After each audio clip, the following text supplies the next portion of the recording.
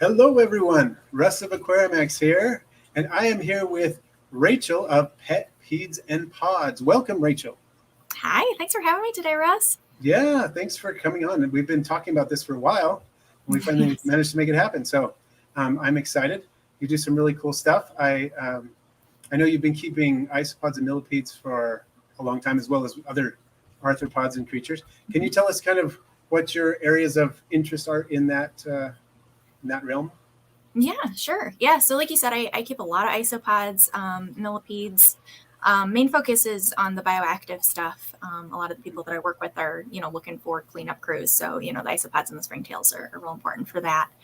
And then, I keep them first off because I enjoy keeping them.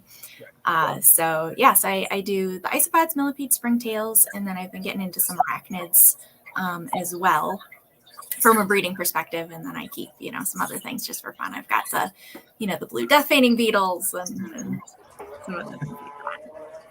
I do love the blue death feigning beetles. I think everybody who watches this channel knows that.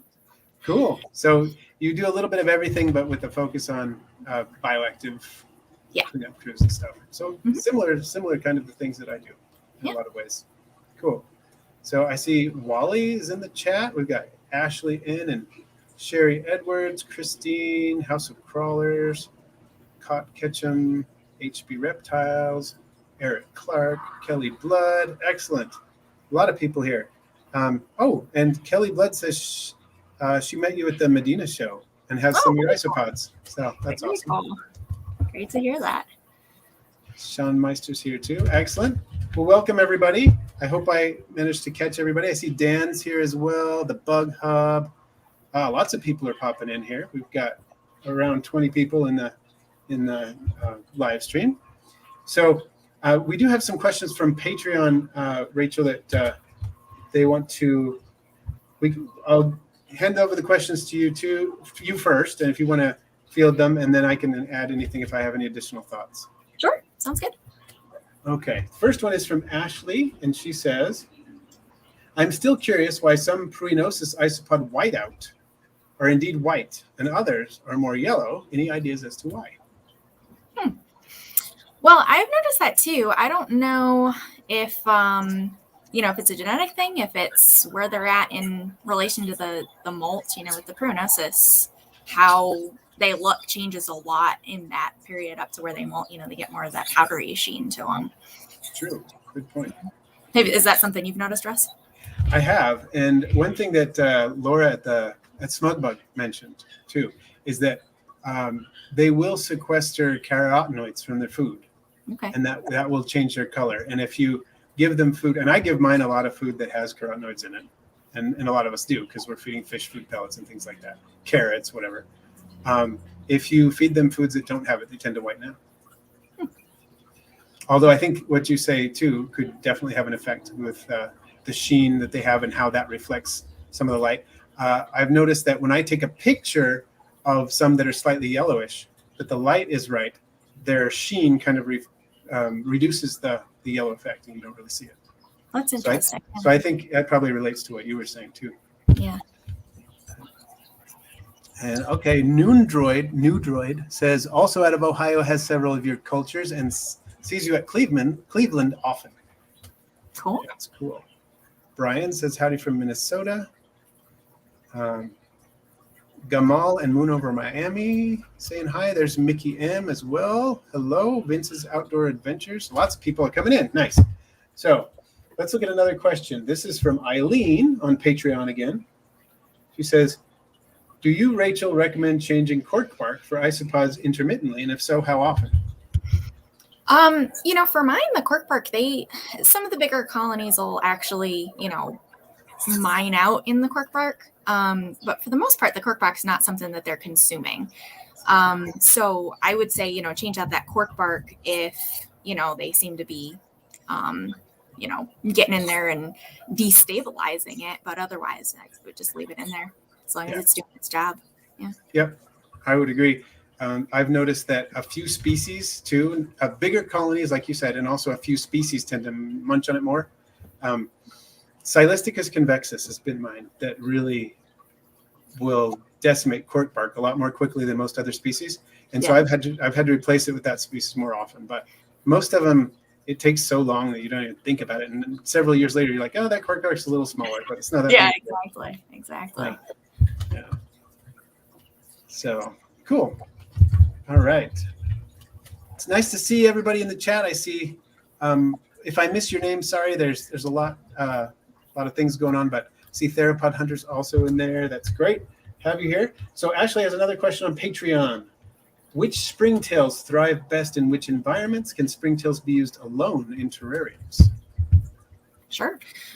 So the main springtails that I work with, I've got the white Fulsomia candida, what I call the pink springtails, which are the bigger, fuzzier ones that are kind of pink, and then the blue and black Pedura springtails.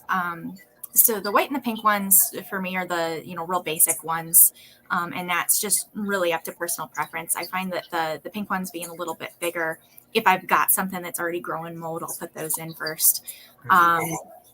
But over time they're both going to function very, very much the same.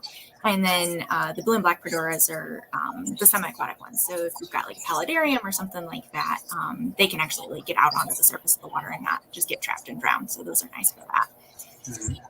Cool. I haven't really worked with the Pedura. I've seen them, but I haven't worked with them much. I just recently started keeping them. They're very cool, but they're small. They're tiny little guys. I do have some aquatic ones, the semi-aquatic or surface dwelling, I should say. They're not aquatic per se, but water surface dwelling ones that are in my aquariums. Nice. And I've had them there for years. I don't know exactly what they are species-wise. I haven't really checked, but they've been, 15 years or something like that. I've had the little guys bouncing around, but I haven't done much with culturing or anything. The pink, there are a couple of different Sinella species that are the pink fuzzy ones. Yeah. And I work with Sinella curviceta, and I think Fulsomia and Sinella are both, like you said, they're pretty similar. And I have a slight preference for Sinella in slightly drier, more ventilated environments. They seem to do a little better. I've noticed that if I put them both into a culture, the Sinella tend to outcompete the Fulsomia a little bit. So that's, I guess, part of why I do that. And I've just noticed that they tend to do better in isopod enclosures with ventilation. But both of them do great. Yeah. So, they'll do the job you need them to do. Yeah, exactly. So Frank the Tank's joined in. We have Dan from the Philippines, and HB Reptiles has a question. Where can I get a good source of information on specific species habitat setups? So HB Reptiles, are you talking about isopods specifically, or springtails, or what was your focus there? I see Darren and I can't quite see Dezillion.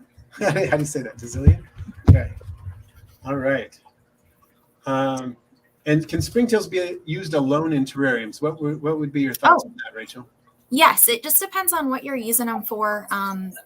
Certainly if you've got a plant only, display terrarium, springtails are great for that. And a lot of times you don't even need isopods in that kind of situation, especially if you're doing like a closed terrarium. It's going to be nearly impossible to maintain a good habitat for the isopods, but the springtails can still do really well in that kind of setup. And then, if you've got really small animals, sometimes we have tarantula keepers that just use springtails, other invertebrates, stuff like that.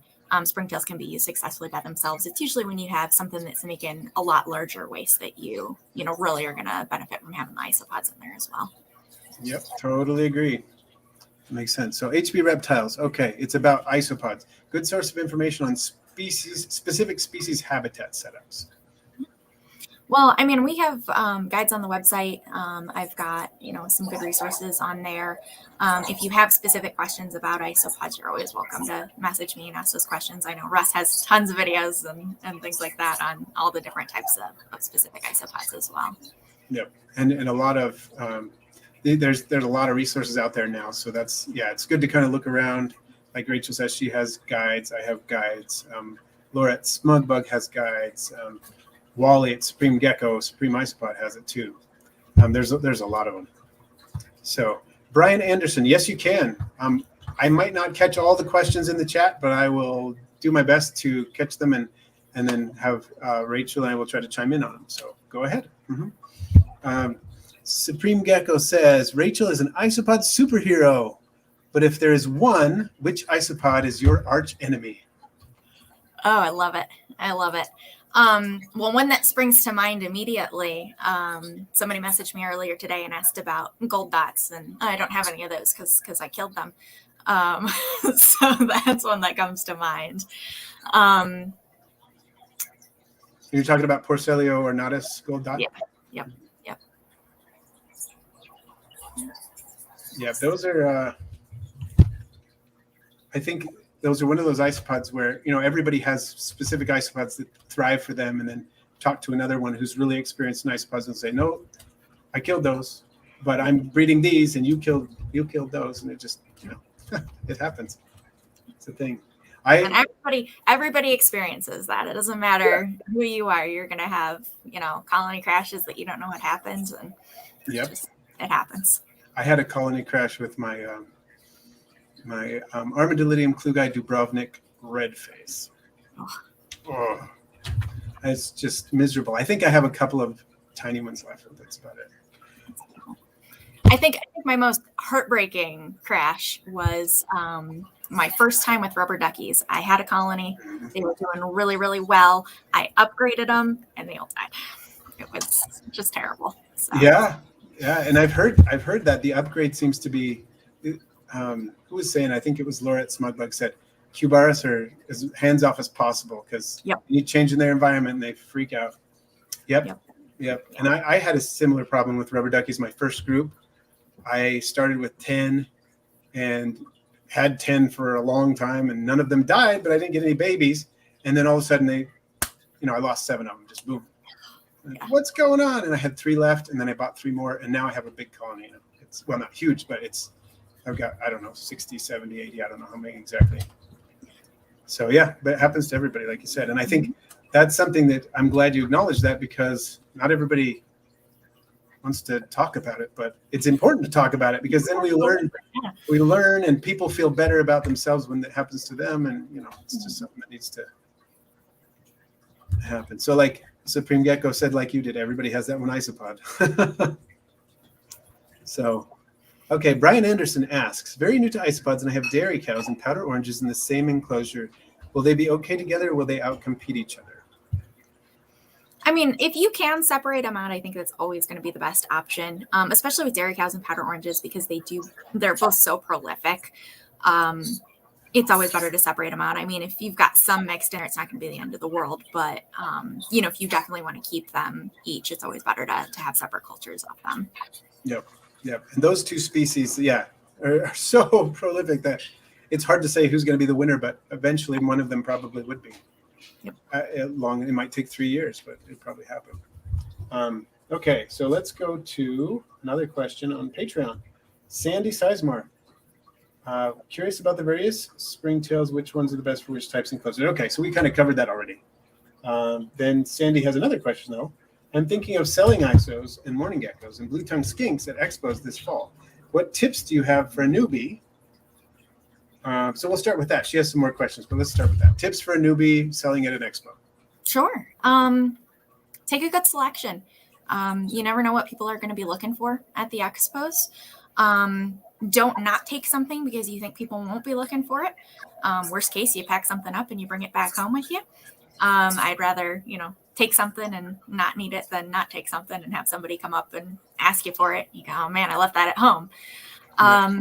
Yeah. And, just be prepared, have good signage, make it as clear as possible to people what it is that you have, what they're buying, and just be ready to answer questions.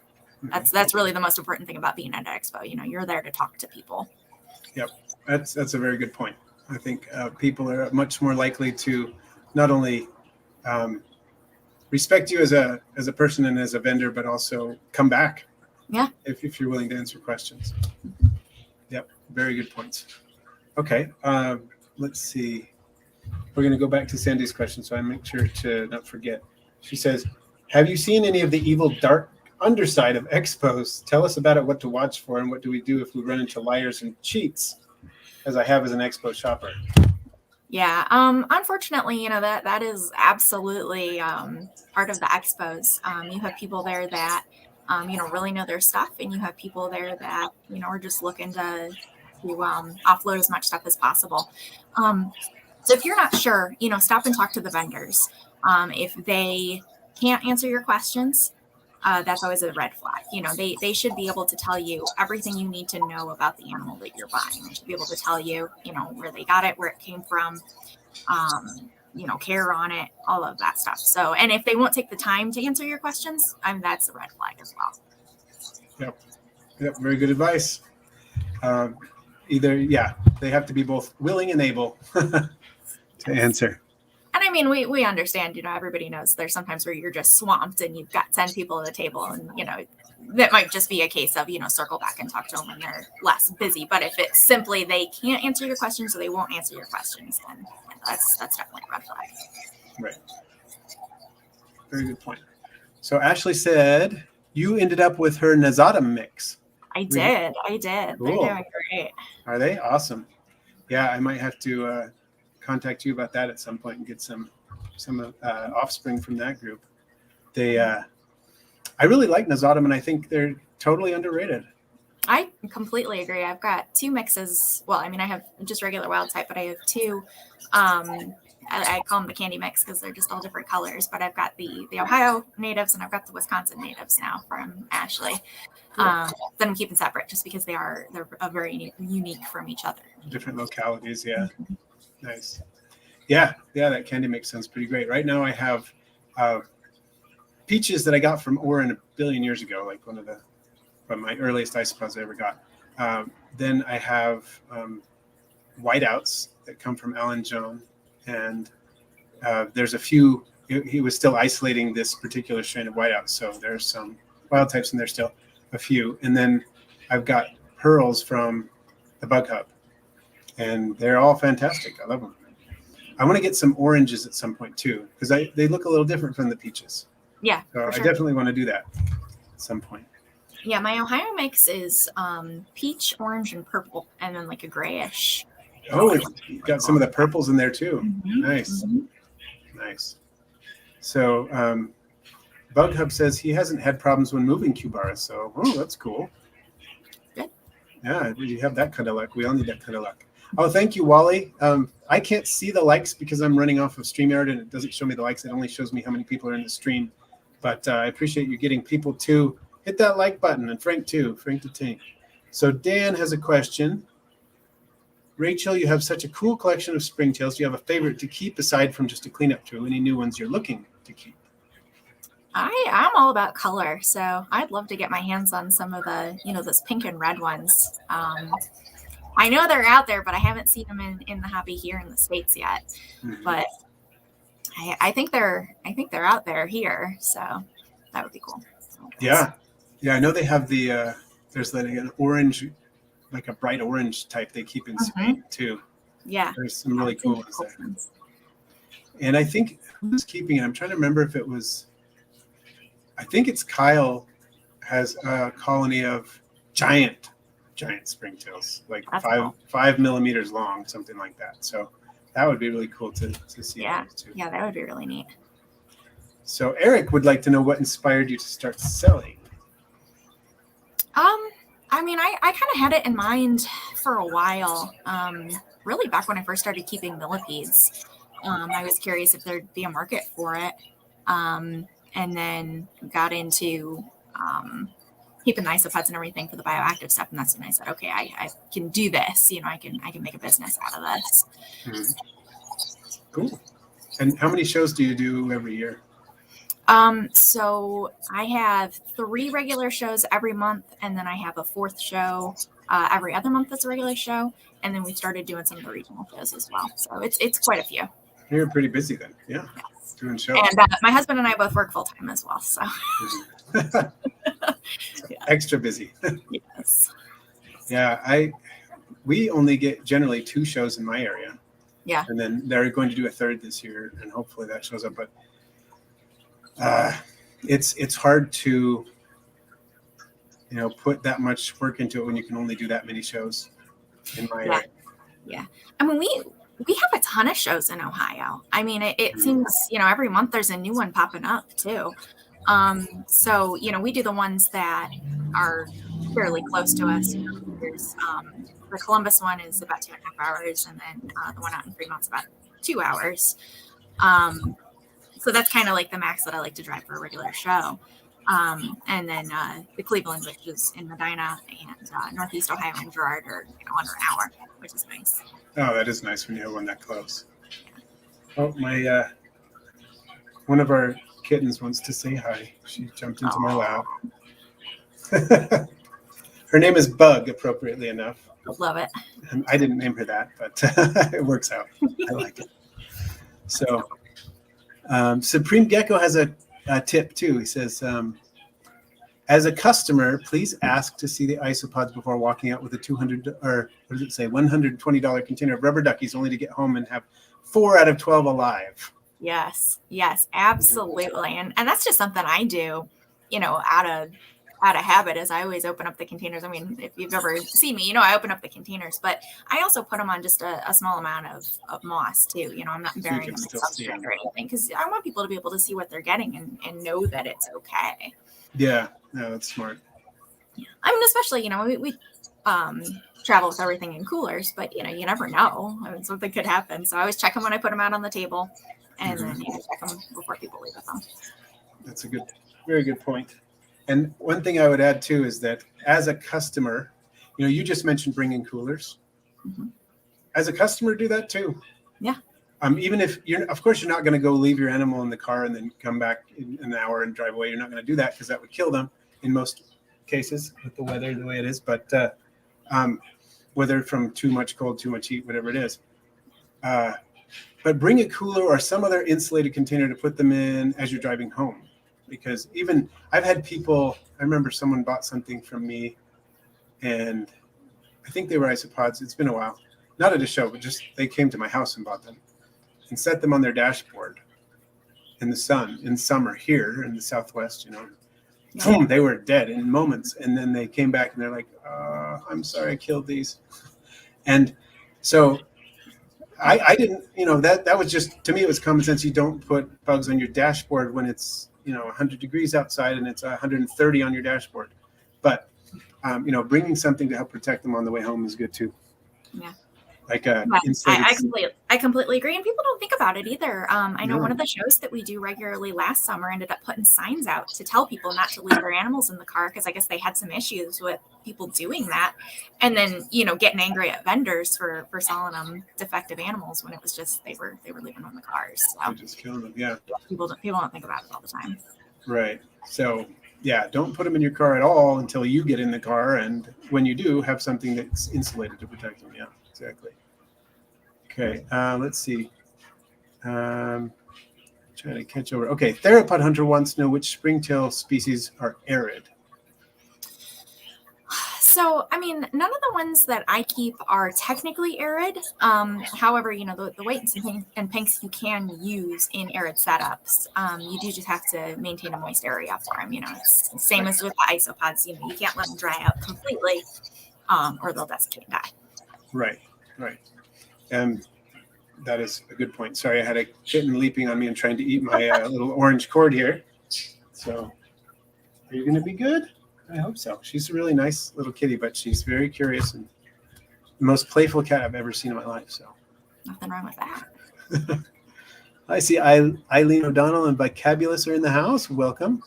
Oh yeah, and Wally suggests too, when you have the cooler, like a cold water bottle inside. It doesn't necessarily have to be an ice pack, but cold water bottle. It's a good way to help maintain that temperature. I see Crystal Pets and Plants is in the chat as well. Awesome. Welcome, Crystal. Okay, so I have another question on Patreon from Ashley. It says, when starting shows, I think you kind of addressed this, but let's just make sure. When starting shows, should you start small with the most popular species or something unique? I think that's really going to depend on the show that you're doing. If you are going to be the first vendor at that show with what you're selling, I would go, more basic, more popular. If there's already people there, then you might want to, pull out the big guns, take some more unique things. But, when we started doing shows, I was kind of shocked that we sold anything in the first couple of shows. Like people would walk up to the table and go, "What is this? Why are you selling bugs that I can't feed to my animals?" Like people just did not understand it. And thankfully, you know, we had enough people through that were like, "Oh, great, it eats poop. Let me take that," you know. And you know, then over time we slowly built up that customer base and, you know, educated people, and now it's to the point where people come up with a list and they go, okay, I need this, this, and this for, you know, these animals, which is great. Yeah, it's funny to see the face of expos and how much they've changed.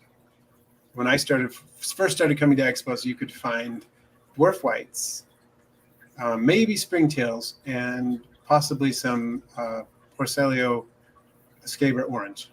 That was it. Nothing else. And that was true for several years. And then all of a sudden, isopod explosion, which is great. Yeah. It's awesome. Yes. Okay. Well, it looks like we've caught up with all the Patreon questions. I haven't seen any more. If anybody else posted any on Patreon, let me know in the comments, because I just scrolled through to check and I didn't see any. But if I missed something, let me know.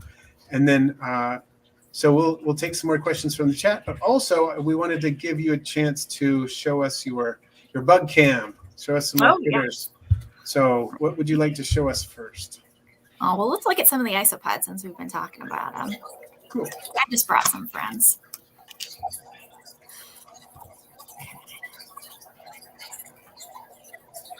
Is it not?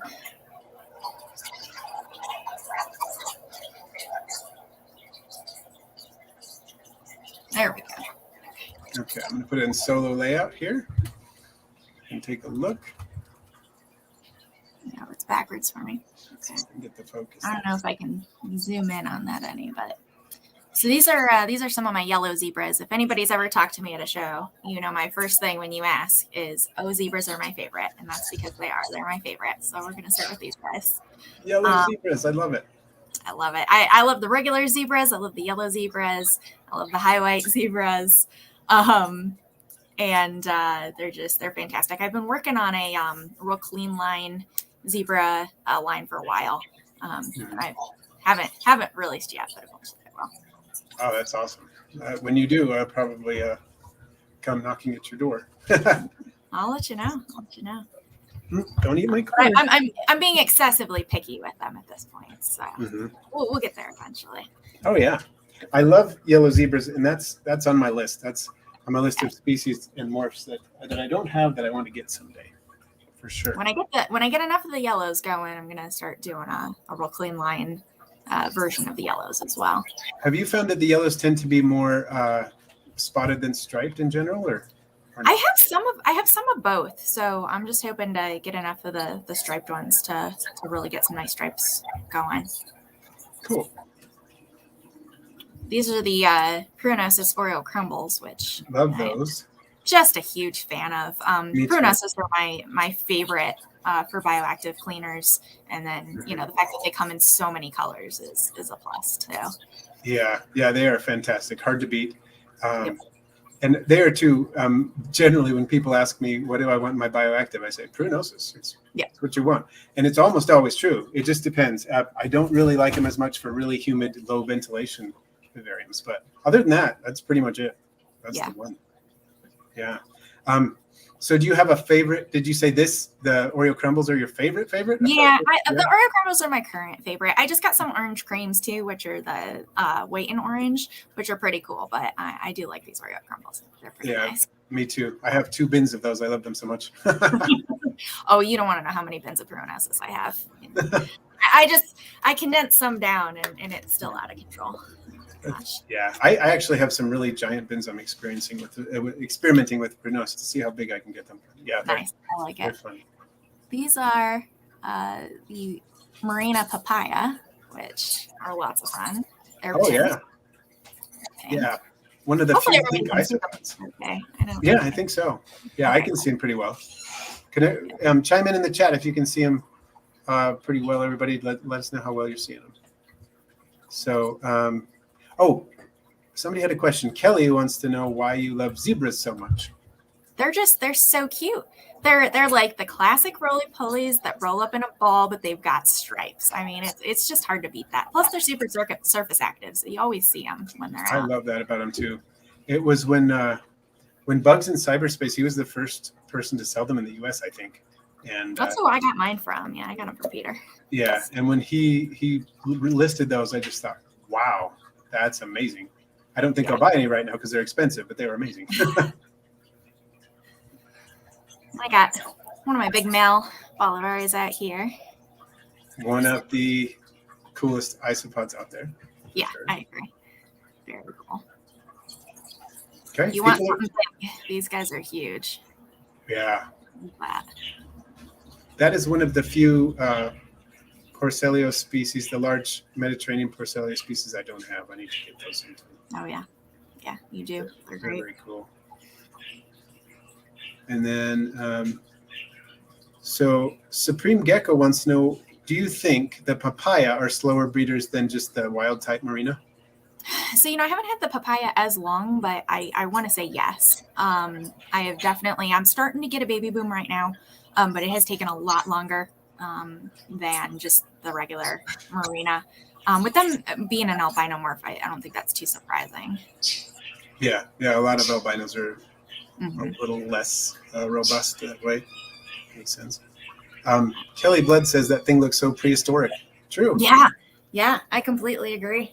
I think probably Bolivari and Expansus tie for the most trilobite-like isopod out there. Yeah, I have the Expansus too, and they are definitely very cool. Yep, I love that one. Whoa. Got one of the flame legs here. No, he's not going to cooperate and show you his face, but here's this guy. Oh, I love these. Flame legs are one of my absolute favorite millipedes. Hopefully you guys can see the legs on this guy because they've got this, beautiful dark body, but then the legs, I mean, they're called flame legs for a reason. I'm going to flip them up. Yeah. See if you can lower your hand just a little bit towards. Oh, there you go. Now I think we can see it a little bit better. Yeah. They've got those yellow tips going into pink into the body, and it's just beautiful. It is fantastic, especially when they're moving actively and you can see the little waves go down their legs. Yep. It's like they're on fire. Yep. And I love their kind of mahogany red color. Yeah, they're just gorgeous. First millipede I ever had, folks. Love this species. First millipede I ever bred. They're great. So Gretel wants to know if you have flame legs currently available. I do not. I just started working with these guys fairly recently. They're just now getting a full size. So when they are available, he's nibbling on me. That's great. When they are available, they'll be available on the website. Cool. And I will probably be yelling it from the mountaintops because I'll be so excited. We should take a minute. I probably want to do this at the end again too, but just a minute. People want to get in contact with you. Where are the best places to do that? Yeah, so I do have a website. It is www.petpedesandpods.com. And then we're also at Pet Peds and Pods on Facebook and at Serenity Farm Millies on Instagram, though if you search Pet Peds and Pods on Instagram, it will come up as well.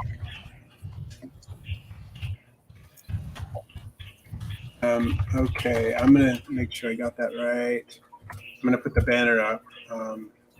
Here, we'll just get the business card here. There we go. Cool. Excellent.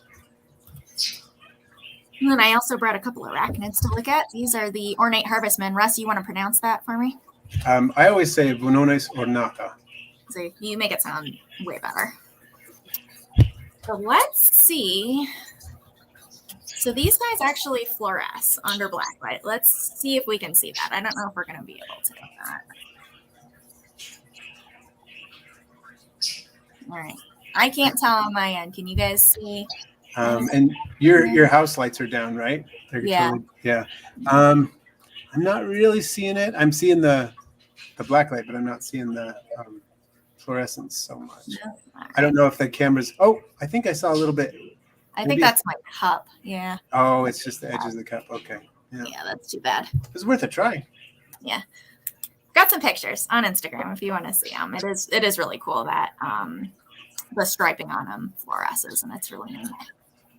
And yeah, I think that it's interesting how many different taxa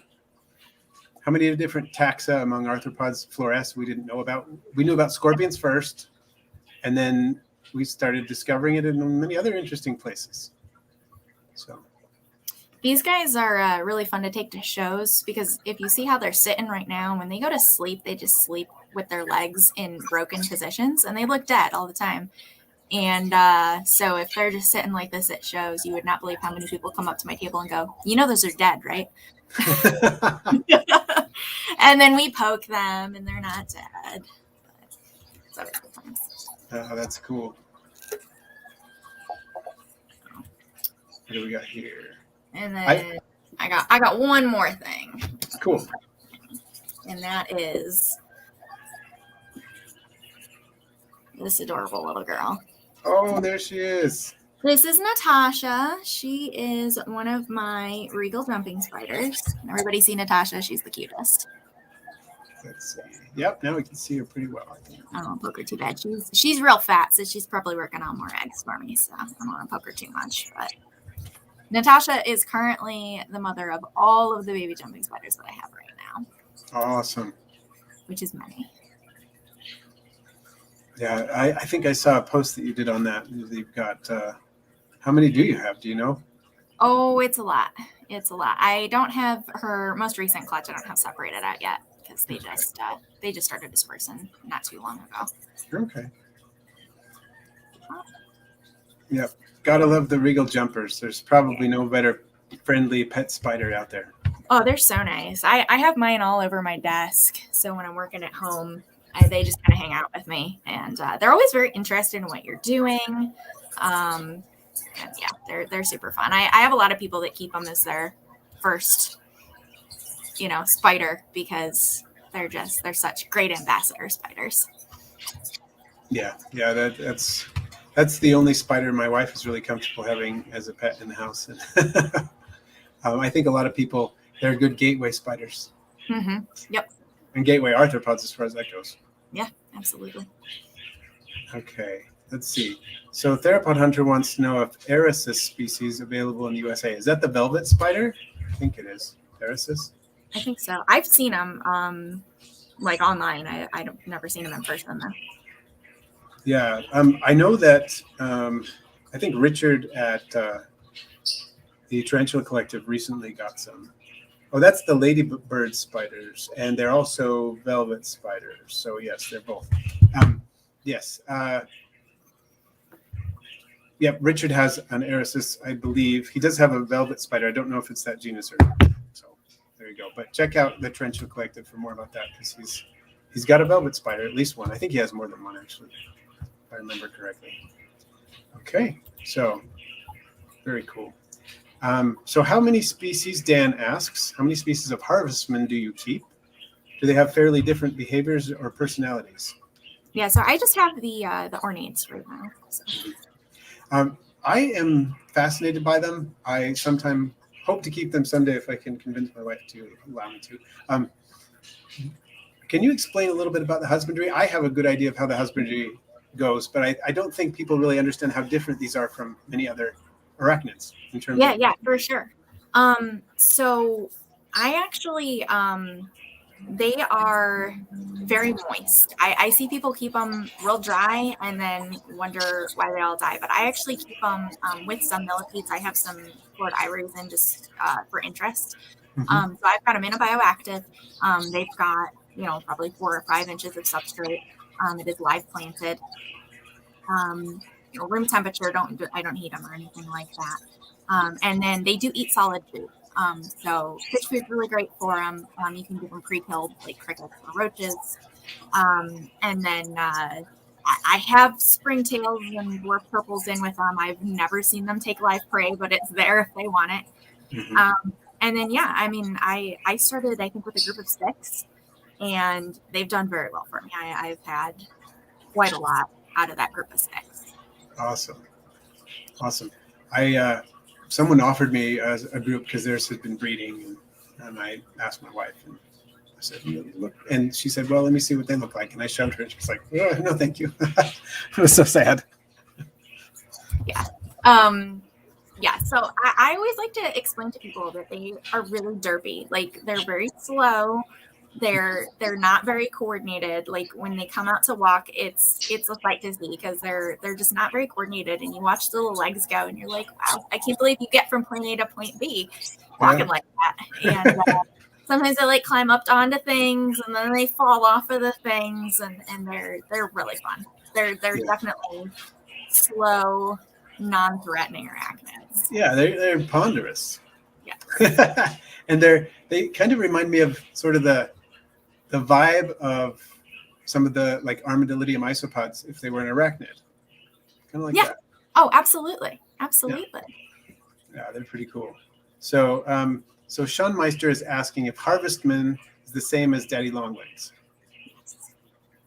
Yes. Mm-hmm. Yep. So the species that people think of as Daddy Longlegs, it's usually worded that way, are the giant Harvestmen. It's all, and then the Vonones are not that Rachel just showed us. Yeah, it's all part of the same group, the Opiliones, a group within arachnids. So not true spiders, but they are arachnids. Okay, so the gecko wants to know if you vend at reptile expos. I sure do. I vend at 4 regular expos in Ohio and then some of the regional shows. So Tennyson Kingsley, sorry, I don't have my glasses on, says, are Ethmostigmas trigonopodus legal to keep in the U.S.? Now, Ethmostigmas...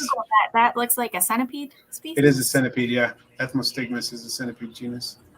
Yeah, I do not work with centipedes. Yeah. I don't know the answer to that.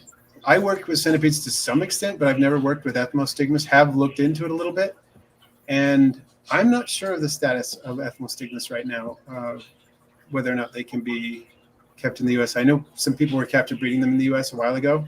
I don't know if anybody is now, but they're supposed to be a fairly docile centipede, a good one to start with.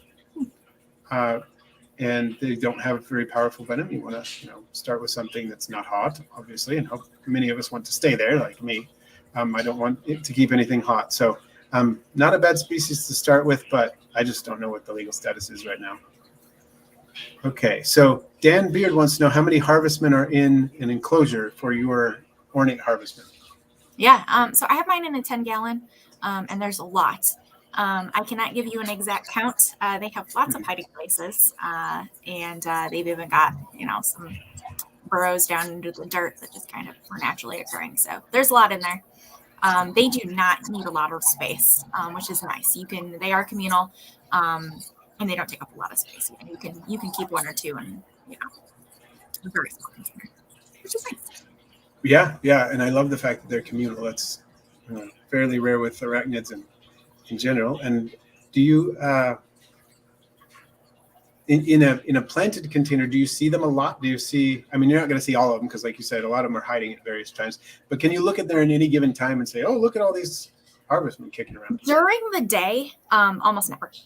At night, yes, they come out a lot at night, especially, if I've missed it in there recently, or if there's something particularly tasty. I put some very mushy banana in for them the other day, and a lot of them came out for that. So okay.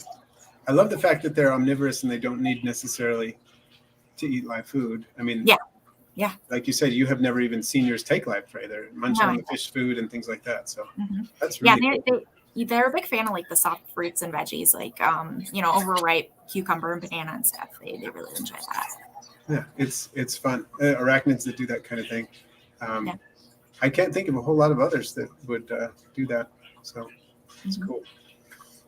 So Miss Maggie, thank you, Supreme Gecko, for the like spike. I don't know what we're at. Like I said, I can't see the likes, but I do appreciate the likes. And when we have a like spike, just so everybody knows, what that does is tell the algorithm more people need to see this video right now. And we want as many people to hear from Rachel as we can and participate in this. So if you do that, that's what's going to do. It's going to allow more people to see it. So that would be great. So Miss Maggie asks, what is the best food for a Cubaris species? Yeah. So, rotting leaf litter would It's their primary diet. I supplement fish food flakes for all of my isopods, Cubaris definitely as well. And then I use kettlebone for calcium source for them. I know a lot of people swear by limestone. I don't use it in any of mine. I just do kettlebone for calcium. And, I'm very successful with some of the more rare Cubaris. So I can stand by that statement. Yes. I think that's great information because a lot of people won't keep Cubaris without limestone. Yeah. And I don't think it does any harm, but if you're doing well with kettlebone, then that's awesome. It's very good. And also with the limestone, I have heard from some people that have kept larger chunks of limestone and their isopods have been crushed on that. So yes. If you're going to use any kind of rock, try to make it as small as possible, small and light as possible. Yeah, I think that's a very good point. I was just poking around in my rubber ducky enclosure yesterday, and I don't have large pieces of limestone. I have 2 really small pieces and then 1 small piece. And I feel like even with that, I have to be super careful not to crush anything. So yeah, it's a important thing. So like Kelly's saying, she says, no limestone for rubber duckies. I keep hearing you need it. And apparently you don't. You do not. You do not. Yeah. And I think calcium, honestly, it's not debatable that isopods need calcium. Okay. Correct. Isopods need calcium, but the sources of calcium that they need, that's where things get weird. People say, well, they need this, they need that, they need this other one. And the thing is, most isopods can get enough calcium from what we are feeding them without actually giving them supplemental calcium. It doesn't hurt to give them extra. Right. But in many cases, they're getting it from their fish food. They're getting it from the leaves. They're getting it from these things, and they'll be okay without it. But people, Oren McMonigal has been keeping isopods for years, and he said, I've kept this species for years without supplementing calcium at all, except for what was already in their diet. Mm-hmm. And then these, I gave them same isopods, same setup, except I give them calcium. No discernible difference in most species because, yes, they need calcium. Absolutely, 100% they need it. But if they're getting it in other dietary items that aren't necessarily obviously calcium, they can still do okay. Correct. Yep. Yeah. And then let's see. Well, I've seen Wally ask several times if I am vending at Narbach in Chicago. So I was just there in June at Schaumburg. I was hoping to go back in October, but I think they're sold out. I think they were sold out before Schaumburg. So I have not heard back from them yet. Okay, so you might not be there, but you would be willing to do it at some point. As long as they get back to me soon, because I need to book back. But yes. Yeah. Yeah, we had a good time there at the Schaumburg show. That was a good time. Cool. Okay. Yeah. Like Ashley says, zebras love collard greens, and they are very high in calcium. Yeah. True. And fish food pellets, fish food flakes tend to be very high in calcium too, because they're made from ground fish meal and all the bones go in there. So things like that. The Bug Hub is bummed that he missed you there at the show. Yeah, that's too bad. I think you were out of town that weekend, weren't you? And then Gretel says, what millipedes do you work with? So we know flame legs. We know ivories. So you mentioned both of those. What else do you have? I have the bumblebees, which they do so well for me. I love those guys. And the nice thing about those guys is they're not seasonal, so they just have babies all year round. All year round. So ivories, bumblebees, flame legs. I've got some of the Mozambique fire reds, but those are very young for me still. Is that the central bolus, or is that a different species? Yeah. Okay. Yeah. And then smoky oaks, I just had a bunch of babies hatch out early spring. I feel like I'm forgetting some, but these are the big ones for me. Cool. Yeah, pretty good selection there. Mm-hmm. And I'm sorry, I know I'm missing some comments. I wanted to talk about Wally's question. I saw it earlier and I was going to tell you, and then I was distracted by something else. I didn't get to it. So I'm glad you pointed that out. Let's see. So Echo, I'm not sure how to pronounce it, but Echo something, says, I have some zebra pods mixed in with a colony of C. Marina papaya and have noticed that colony is breeding much more rapidly than my wild type colony. Have you noticed pods thriving when cohabitating? Well, that's really interesting. I don't cohabitate isopods intentionally. Sometimes in bioactive setups, I'll have some different types mixed in. But yeah, I try to keep mine absolutely separated. Mm-hmm. Yep, me too. And I think when you see things like that and you see them doing well for a while, and I always think, well, it's just the clock ticking. There's going to be a point in which one of those species is going to die off at some point. Yep. So, yeah. Let's see. Oh, I'm trying to catch everything. Oh, thank you, Wally. He's saying I'm doing okay with the comments. It's harder than people think. It is. You are. It is, because there's a lot going on. Okay. Okay, an Ecobade, maybe it is. It was an accident from the seller. I didn't put them in there on purpose, to be clear. Good. Yeah. Yes. Yeah. Yes. I have a separate colony. I will say the one thing that I have cohabitating is I have just kind of a colony of hitchhikers that I have pulled out of other isopods that I've got, and I get something to go, I don't know what you are. You're going in here. So. Mm-hmm. It's a smart way to do it.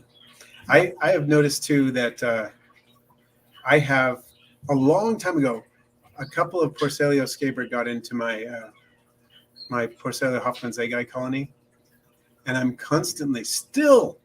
This was like 2 years ago. I've redone the substrate. I've, at least twice trying to get rid of these Porcellio scaber in there, and I go in there every time I go in there. I'm pulling them out. There are never a ton of them in there, but there are always a few, and I still can't get them all the way out. It's really frustrating.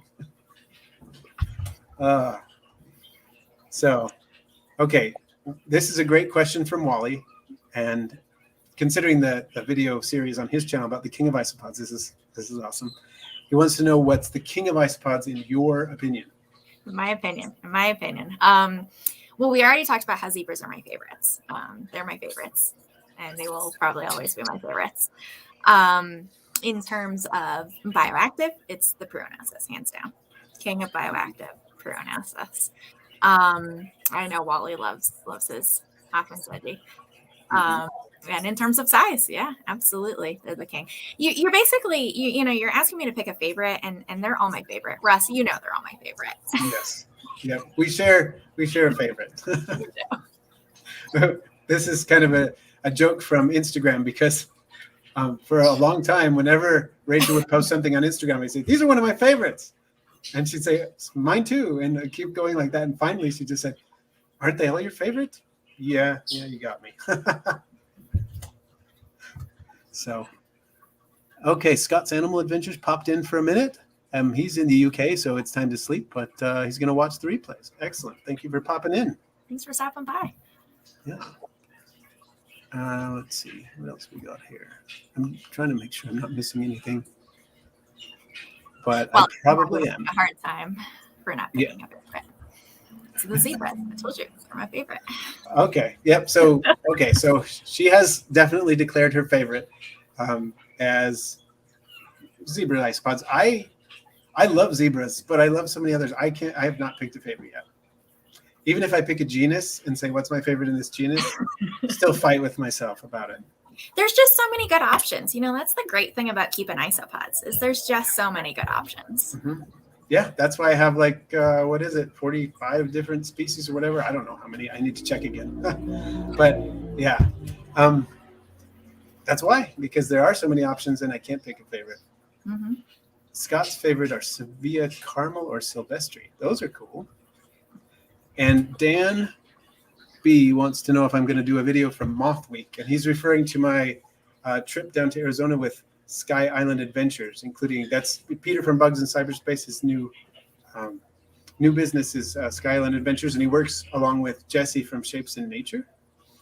And I went down there to Arizona, just got back on Sunday, and yes, the answer is yes, but I'm going to do probably at least 3 videos, because I saw so much that there's no way I can fit it in one video without making it 3 hours long. So it was a fantastic adventure. If you don't already follow Sky Island Adventures on Instagram and Shapes in Nature on Instagram and Bugs in Cyberspace on Instagram, you got to do it.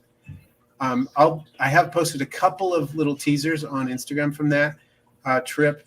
And I will definitely, I'm working on videos. I probably, the first day I had over 200 photos and video clips from what I saw. That's just the first day. And so I think I'm somewhere around 500 right now that I need to sort through and pick some highlights from to make those videos. And I think I'm going to do a day 1, day 2, day 3 because it was awesome. That was so cool. I can't even tell you how cool it was. So very excited. All right. So let's see. Checking out some other things here. I guess we only have a little bit of time left. But Kelly's favorites are the clown, but it changes daily. Gretel's favorites, Ornatus high yellow. Those are great too. Yeah, it's sometimes I say whichever isopod I'm looking at right now. Yeah, that sounds about right. Yeah. All right. So are there species of isopod that you don't keep right now that are on your watch list? Like you want to get those when you can? Let's see. I mean, there's always new ones that I want. I mean, that's just how the hobby goes. Yeah. I mean, there's some Cubaris species that I don't have that I'd like to get eventually. Unfortunately, there's some really cool ones out there that I just can't keep from a legality standpoint. But yeah, I mean, there's always. I was really excited to get those orange cream pruinosis because those are pretty new. That orange and white variation. Mm-hmm. I just cool. Last week. Yeah. I actually got a colony a while back from Kyle at Roach Crossing.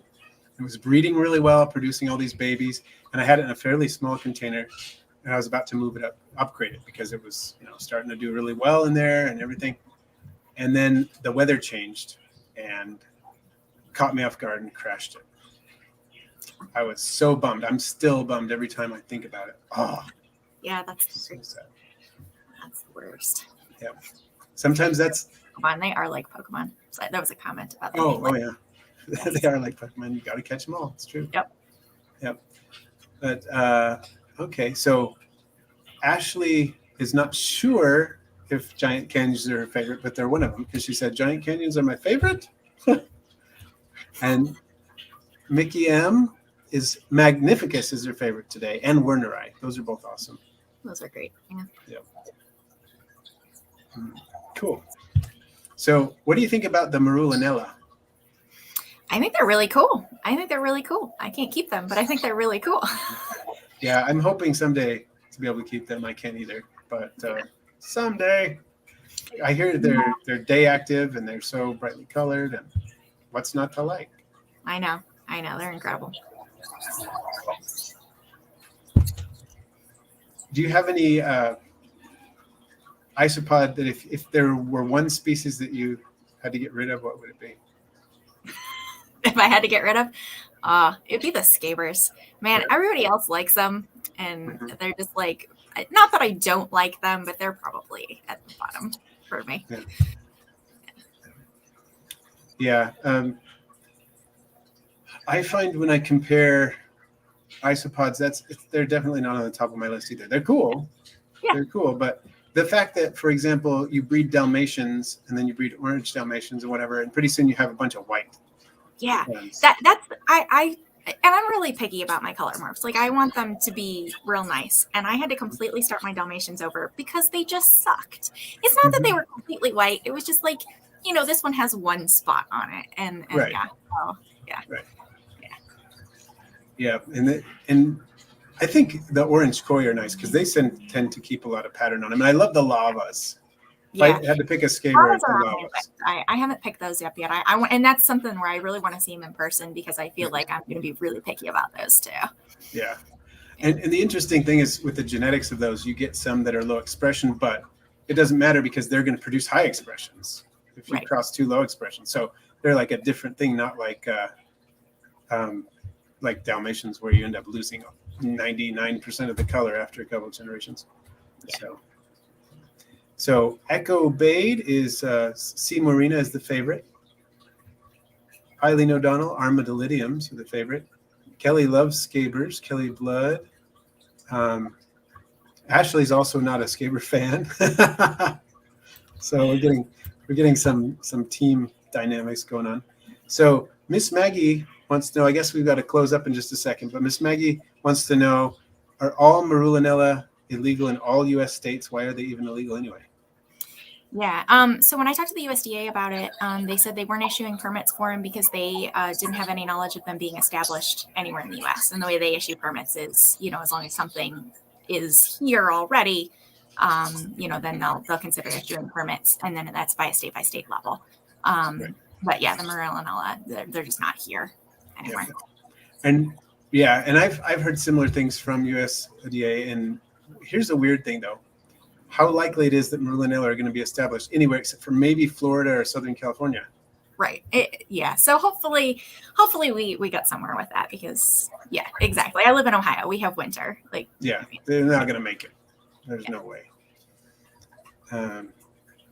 So let's see. All right. And Echo Bade says orange koi have come out completely white and completely orange, but they breed nice splotchy babies. So that kind of works. Interesting. That's good to know. Yeah. So that might be a mutation I need to get into because I haven't kept it. And my orange Dalmatian, I have to cull it like crazy. And I never feel, of course, I can't sell, if someone buys my orange Dalmatian, I can't just sell them white ones. I have to give them a good mix with nice colors on them. And then what happens is I end up culling my colony so that I have mostly white ones over time. Yep. Yeah, it's kind of ridiculous. So I have to be careful. I do cull, try to cull it, but throw some in the morph mix bin, but whatever. There's only so much you can do with that kind of genetics. Yep. Well, everyone, we're just about to wrap up. We've got 2 more minutes. So this is the time. I'm going to check Patreon one more time to see if anybody's dropped any questions there. And if you have any other questions you want to put in the chat, can you, Rachel, just tell us one more time? I have your website down running on the ticker tape there, but anywhere else that people should look you up? Yeah. So at Pedes and Pods on Facebook, on Reddit, and then at Serenity Farm Millies on Instagram. But if you search for Pet Pedes and Pods, it'll come up on there as well. And then the website, www.petpedesandpods.com. You can buy stuff through there. We've got resources. And if you want to email me, it's petpedesandpods@gmail.com. Excellent. Thank you. Thank you so much, Rachel. It's been a great chat. Yeah, I really appreciate you coming on. Wally said that there are 36 watching and we got 52 likes. Very nice. Sweet. Very nice. So you were very popular. We've got Pirate has one more question for you. Any good tips on auto watering system for small cultures, trying to find a good balance with introducing fresh air and watering? I don't have any auto watering systems. That sounds really fancy, and I like the idea. I just something that I always recommend for people is, the deeper the substrate, the better, and make sure your moist end is deep all the way through. I only go through my bins to take care of them at most once a week. And most of them, I can go 2 weeks on them if I need to. So that deep substrate is key. Yep. Very good point. All right. Well, thank you everyone for joining in. Thank you again, Rachel, for coming on. It's been a great chat, and we'll see you all later. And everybody, keep an eye out for our next video and go check out Rachel's website, Instagram, Reddit, and Facebook if you haven't already. And if you have, visit again. Thank you very much.